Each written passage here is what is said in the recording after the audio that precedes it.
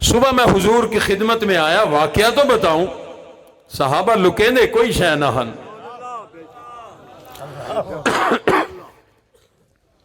صبح حضور کی خدمت میں آئے واقعہ سنانے کے لیے. ابھی کافی دور ہے, وہاں سامنے ہے. حضور علیہ السلام نے یہاں سے ارشاد فرمایا, ابو ہریرہ رات والے چور کا کیا بنا؟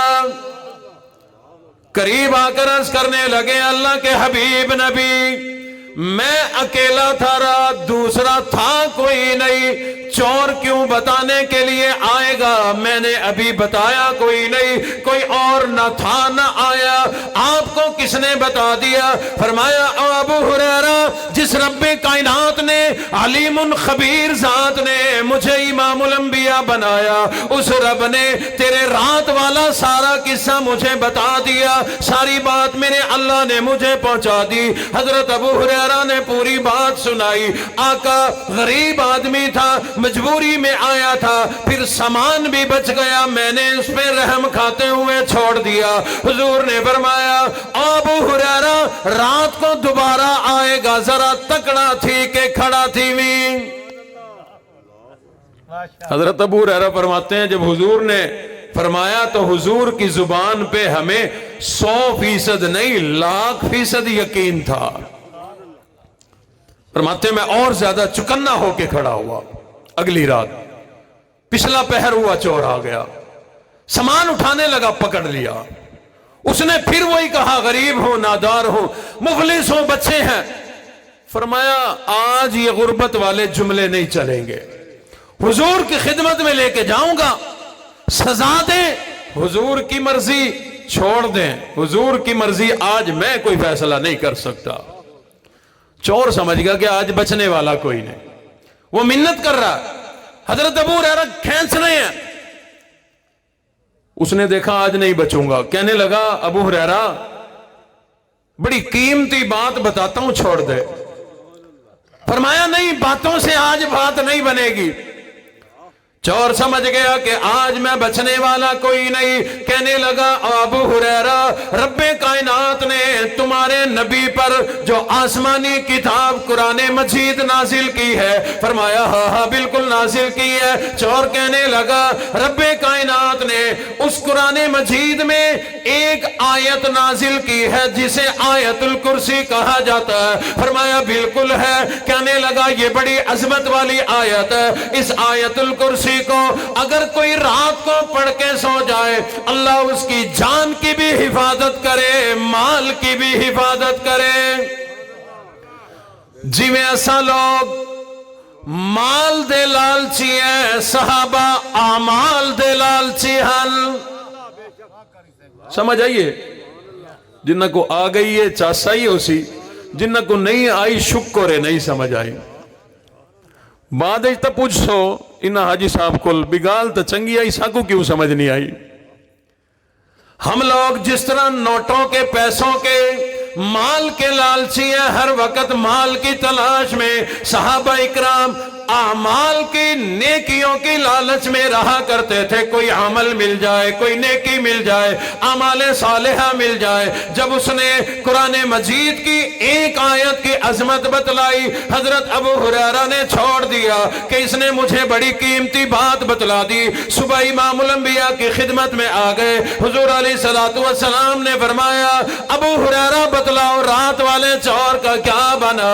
عرض کیا آقا چھوٹ تو رات بھی گئے لیکن بڑی قیمتی بات بتلا کے گیا, آپ بتلائیں اس کے بارے میں, کیا اس نے صحیح کہا یا غلط کہا؟ حضرت ابو ہریرہ نے ساری بات بتلا دی. حضور نے فرمایا ابو ہریرہ کبھی کبھی جھوٹے لوگ بھی بڑی سچی بات کر جایا کرتے ہیں.